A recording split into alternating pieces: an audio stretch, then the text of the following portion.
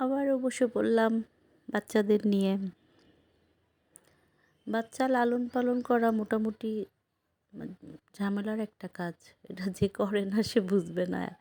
মানে অনেক ধৈর্য লাগে, অনেক ধৈর্য। আমি প্রত্যেক মাসে চিন্তা করি এই শেষ। আর কোনো টব কিনবো না, আর কোনো গাছের মধ্যে যাব না, যেগুলো আছে সেগুলাই বড় হোক। এগুলোই বড় হলে মোটামুটি একটা বাগান বাগান ভাব হবে। কিন্তু প্রত্যেক মাসে আমার কম করে হলেও 1,000 থেকে 1,500 টাকা খরচ হয়। এই একটু গাছ, এই একটু টব, এই একটু সার, এইখানে একটু মাটি, এই মোটরসাইকেলে তেল খরচ করে মাটি আনতে যাই। এটা সেটা করে করে দেখা যায় যে খরচ হয়, তাতে করে আমি প্রত্যেক মাসে একটা নতুন জামা বানাতে পারতাম। অথবা কি করতে পারতাম, রেস্টুরেন্টে খেতে পারতাম, বান্ধবী টান্ধবী থাকলে নিয়ে আড্ডা মারতে পারতাম। আর কি করতে পারতাম, সংসারের টুকিটাকি হাঁড়ি পাতিল কিনতে পারতাম।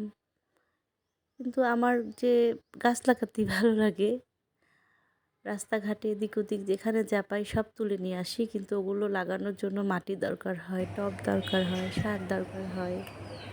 এই যে এবার এতগুলা গাছ লাগালাম, এইগুলো এই বর্ষাতে আশা করি মোটামুটি ধরে উঠবে, দেখা যাক।